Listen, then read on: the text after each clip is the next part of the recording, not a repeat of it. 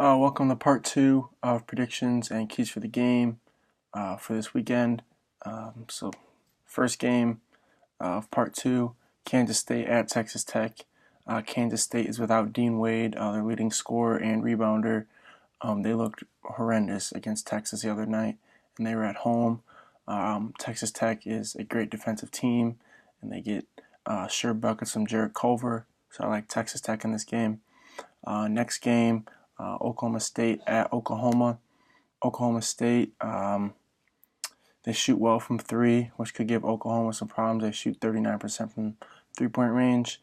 But like Oklahoma, they're coming off a loss against Kansas, a game in which I thought they played well on the road. Look for Christian James to have a big game for them, along with Brady Manick, who's really been finding his shot recently. Next game, a really big game. Number 9, Florida State at number 4, Virginia. Florida State's a very deep team. They have 11 guys who play over 10 minutes a game. They got Terrence Mann as well, a really long guard, a senior, averages 13 points per game, along with 7 rebounds and shoots 44% from three. He could give Virginia some problems. I still like Virginia in this game, however, just because of Kyle Guy, Ty Jerome, and DeAndre Hunter, all averaging over 14 points per game, and Virginia's defense only allows 51 points per game, which is why I like Virginia in this game at home. Should be a fun one to watch, though. Next game, Georgia at number 3, Tennessee. I like Tennessee in this game just because of Grant Williams and Admiral Schofield, along with Kyle Alexander.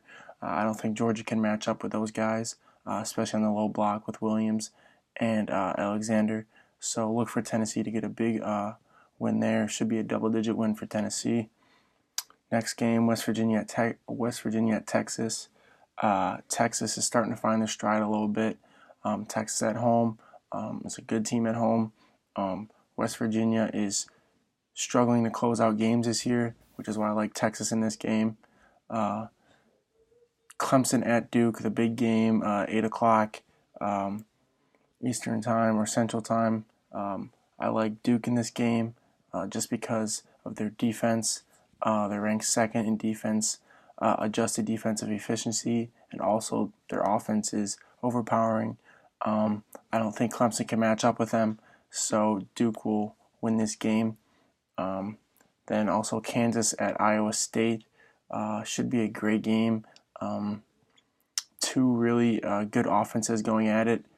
Kansas with Lawson and Azubuike down low. I think there'll be too much for Iowa State, which is why I like Kansas on the road. Kansas is on upset alert, though, because Iowa State can really score the ball on offense.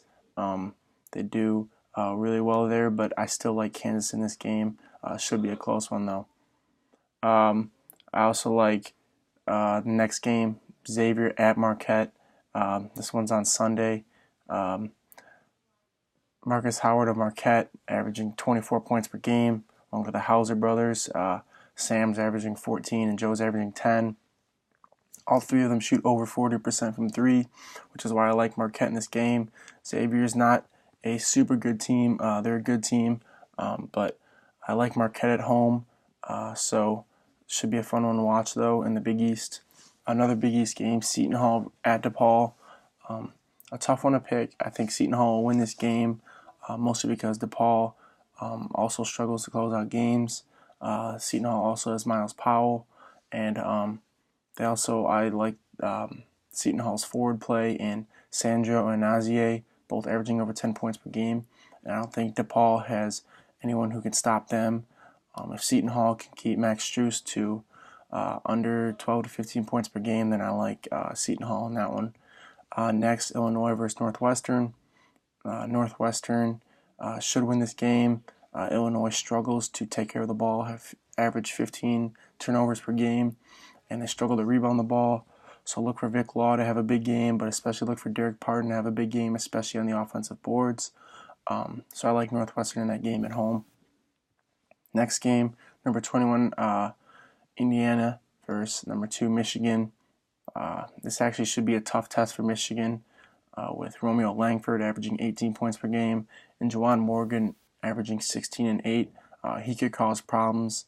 for Michigan. Should be a fun matchup. I hope we'll see Morgan versus Brazdikis. I still like Michigan in this game just because of their guard play. Rob Hennessy for Indiana is out, so I like Michigan in this game. Michigan's defense, I think, will scatter Indiana's offense a little bit, which will give Michigan the win at home. Next game, number 24 Nebraska and at number 25 Iowa. Both teams coming off losses. I like Nebraska on the road here just because of their guard play in James Palmer, who's averaging 20, and Glenn Watson Jr. is averaging 14. I think those guys will win the guard play matchup against Wisekamp and Bohannon. Also, I think it'll be a great forward matchups with Copeland and Cook and Roby versus Garza. Should be a fun one to watch, but I like Nebraska in this game just because of their guard play. And then we also got Miami at Louisville. A tough game to pick. Miami has really good guards in Chris Leggs and Zach Johnson. I actually like them to get a big win on the road at Louisville. I think Lawrence II can match up well with Norba for Louisville, who is averaging 18 points per game, a big forward for them. Louisville has been off for a little while, so I think Miami can get off to a good start and then win that game on the road against Louisville. And then the final game is Wisconsin at Penn State. Wisconsin's coming off a loss. Did not look good the other night at home against Minnesota. I think Ethan Happ comes out and has a big game versus Penn State. Look out for Lamar Stevens of Penn State. He's very versatile and can do a lot of things on offense. But I still like Wisconsin on the road to get a bounce-back game coming off back-to-back losses for them. I don't think they'll lose 3 in a row. So look for Wisconsin to win that game on Sunday. And that's all. Thanks for watching, guys.